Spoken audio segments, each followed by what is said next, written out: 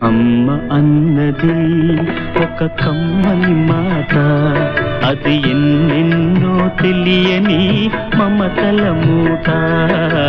అమ్మ అన్నది ఒక కమ్మని మాట, అది ఎన్నెన్నో తెలియని మమతల మూట, మమతల మూట. దేవుడే లేడనే మనిషున్నాడు, అమ్మే లేదను వాడు అసలే లేడు. దేవుడే లేడనే మనిషున్నాడు, అమ్మే లేదను వాడు అసలే లేడు.